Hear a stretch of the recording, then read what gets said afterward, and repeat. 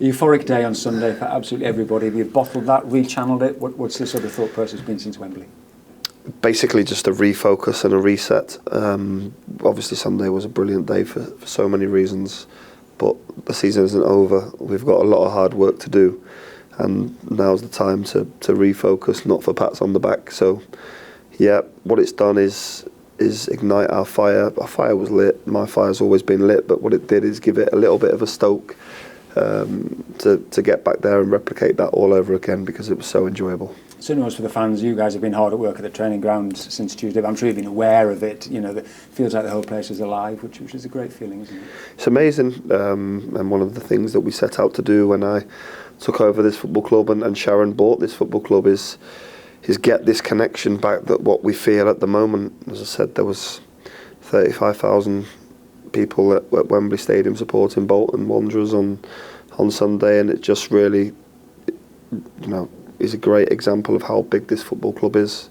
And if we can get some of those fans that aren't regulars here back into the stadium, or children wearing Bolton Wanderers shirts again instead of everybody else down the road, then we're doing our job and we're getting it right, and that's what we want to do. Everybody had a great day, but it's only one day, and we want to do that over and over again. But to do that, there's lots of hard work to do. Yeah, you've set a rather high bar in terms of turning up at Wembley and play like that. I mean, again, it's just another part of our development stage, really, and phase. In the big games, we haven't taken the moments and we haven't performed as well as I think we could have done. That's really the first time we've got to the level that I see day to day, that I've seen in certain games sporadically with, Peterborough away is an example, Sunderland here last year, those types of levels. And we just need to do it more consistently. So there's lots of hard work to do, there's still improvements to do. We could have done better on Sunday. There's moments where we can still improve, and it's down to us to keep that hunger and humbleness to work hard and try and get there. There was only one negative element to the day, and that was unfortunately the injury to Owen Toll late on in the game. Could you just get us up to speed on that? Yeah, it's not ideal. He's got a significant ankle injury which will keep him out for the remainder of the season. Obviously it's a huge frustration of mine.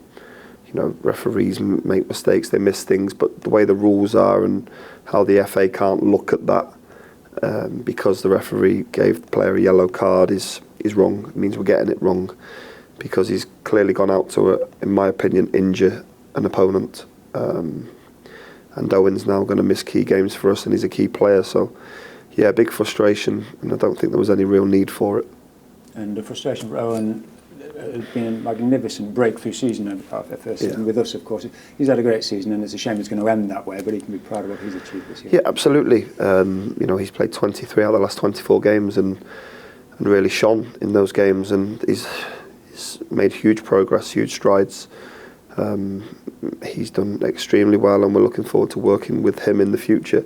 But as I said, he doesn't deserve to miss out on these key games and these big moments, because he's been outstanding, and as I said, that tackle at that time and that stage of the game, just no need for it.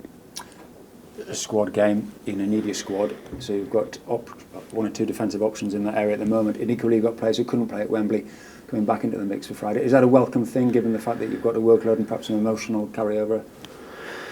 Yeah, I mean, before the game, when we were speaking in the hotel, I made it clear to the ones not involved that they can still gain something from the day and gain some experience. I think they did, and what they gained was they want to be a part of something like that, because it was such a brilliant day. And as I said, that's why we're in the game.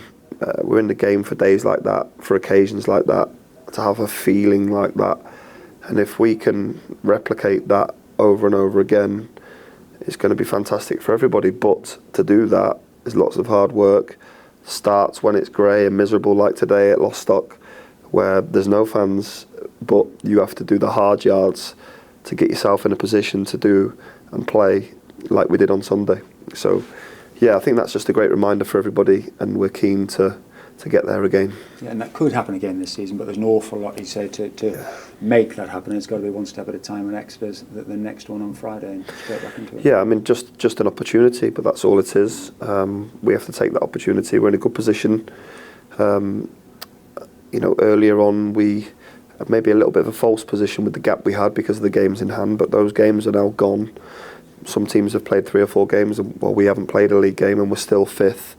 The games in hand are gone. In fact, we've got the game now, and it's a home game, so we'll back ourselves to win that. It's in our hands, and that's all we can ask for. Now it's about replicating what we did on Sunday 8 more times at least, and see where that takes us. Yeah, because when you left Sheffield Wednesday 3 weeks ago, it seems a lifetime ago. Now you would have taken this position, I'm sure. Yeah, I like to think that I know my own squad of players, and I've spoke a lot the last 3 weeks about how re-energised I felt the players were, the standard of the training, both in quality, energetically, intensely. It's been brilliant, and it's great for me to see them take that into a game like Sunday. But the performance against Rotherham in the friendly was very similar. The performance at Sheffield Wednesday was a very good one, and now it's about doing that all over again at Exeter on Friday.